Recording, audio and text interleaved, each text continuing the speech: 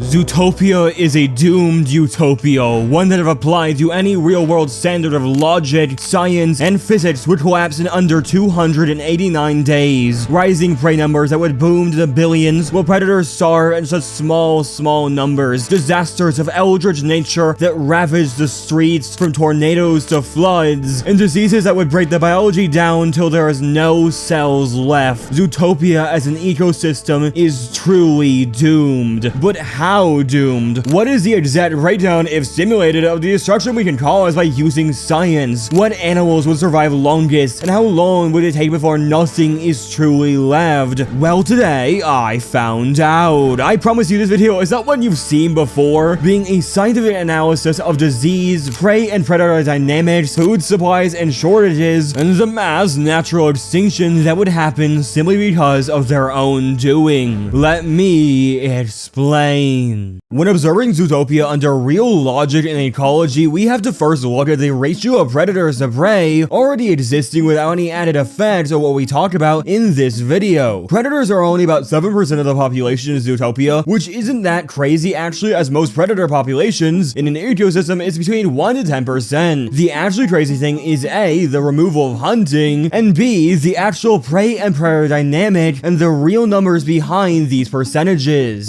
Bunny Barrow, the town Judy is from, has a population of 80 million. This is also supposed to be mainly rabbits, and is also a joke on rabbit breeding a lot, but it implies that a small town in this world can be 80 million. I have to assume Zootopia is in the billions of total animals, with each district getting at least 1 to 3 billions inside, and this overcrowding animals is very dangerous, something I will talk about later, but also makes our numbers crazy. We have at least 2 billion prey animals in Zootopia, and under 200,000 predators. That is not good for anyone, especially when removing hunting. See, predators have a job in the ecosystem, being the animals that control reproduction rates. Think about it. Sick, old, weak, or young animals are all prime targets for a hunt, and without them, populations of prey would not just rise, but break. We've seen this in the real world. When wolves were removed from Yellowstone, deer and elk populations did just explode, but led to some not so great consequences. Overgrazing destroyed vegetation, riverbanks collapsed, other species couldn't survive, and just a total ecosystem destabilization that if left like that would lead to a total collapse. Prey populations with all this would obviously be high in Zootopia, and while applying real-world consequences would not be great for predators. The main reason is food. Predator populations would decline rapidly if they were forced to eat food not built for their bodies, like fish and insects. Eventually, we'd hit a nutritional bottleneck where animals like lions, tigers, wolves, bears, and more large predators would starve. We'd be seeing lower birth rates, higher mortality, starving predators, all as prey numbers go up and up, as in prey are just herbivores and there's plenty of plants. Now, going into the issue of prey and their food supply, I do have to ask, how do you feed 2 billion animals, all with different plant diets, realistically? Well, doing some basic rounding of calories, we need a total number of calories for our prey animals, being 4.925 trillion. Great! So,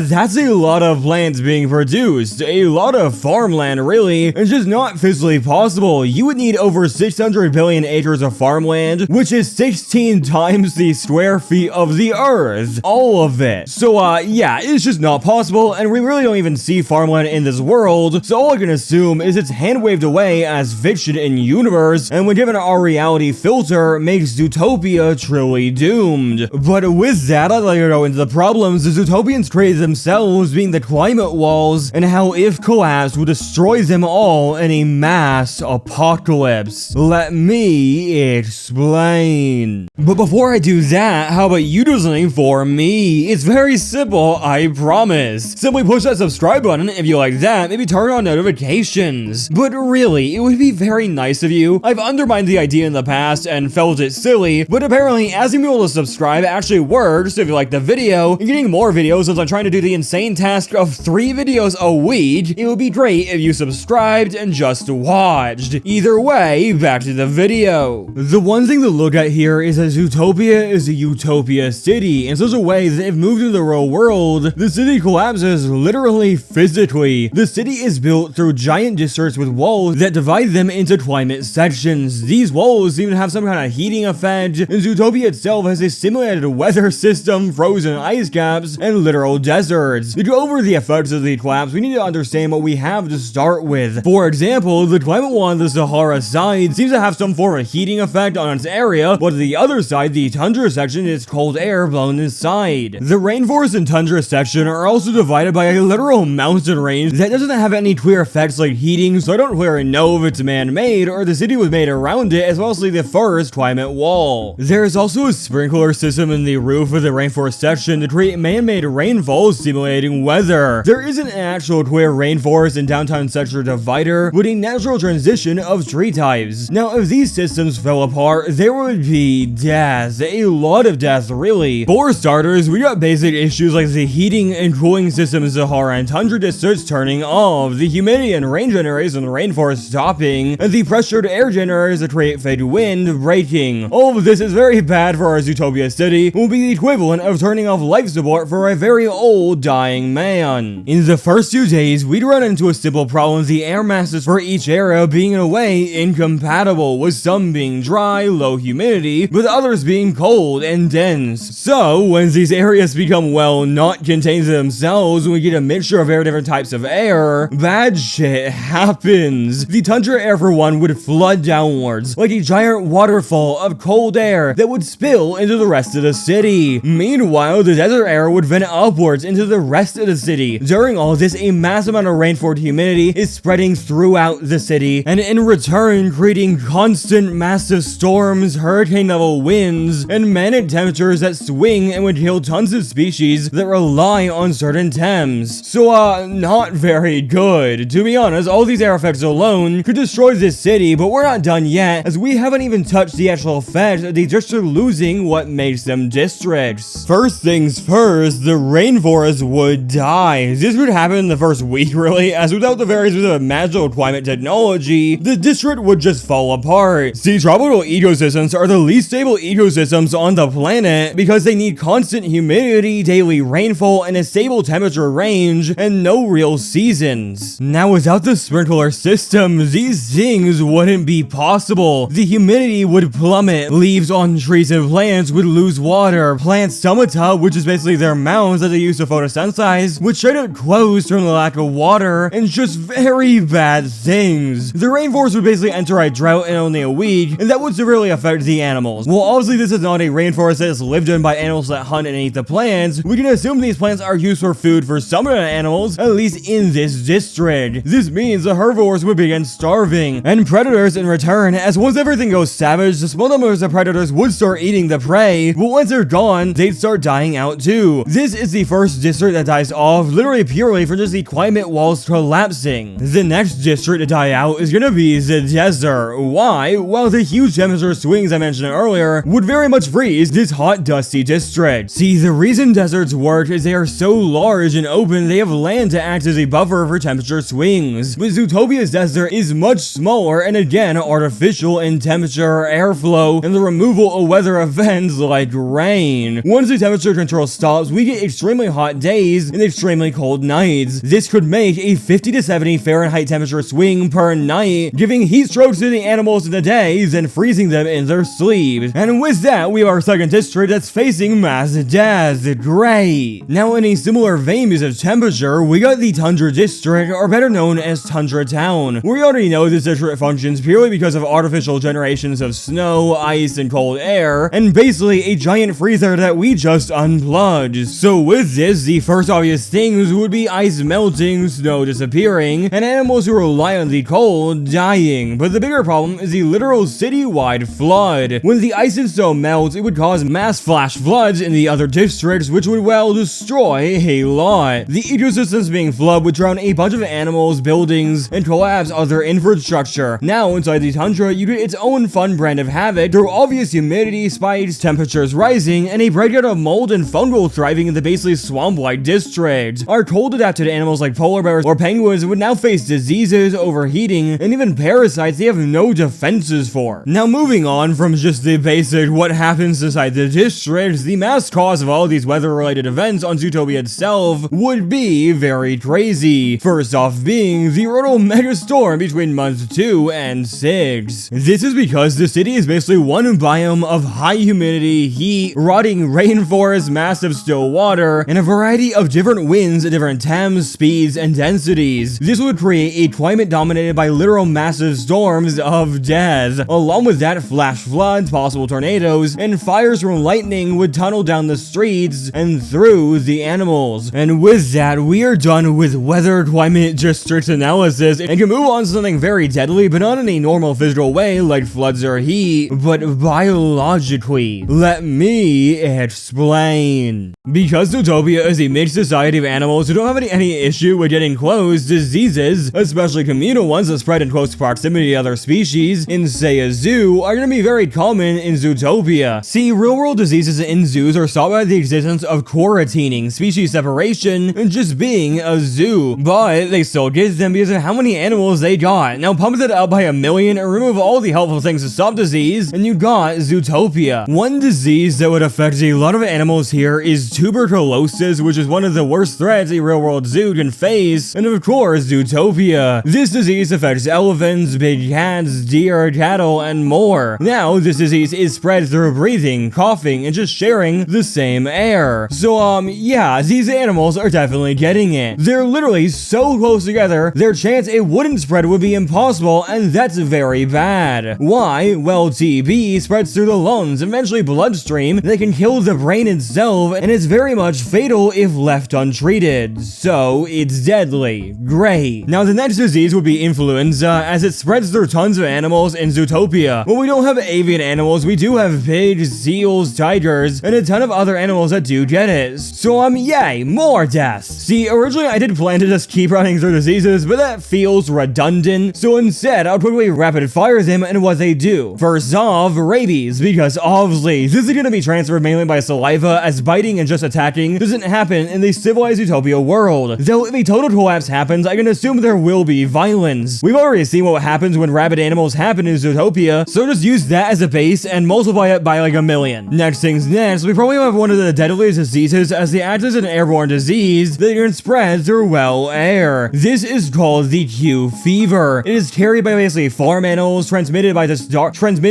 dust particles in the air, which because our climate catastrophe is moving everywhere, and surprise, surprise, kills them. To be more specific, it causes heart infections that will lead to fatal consequences. Now,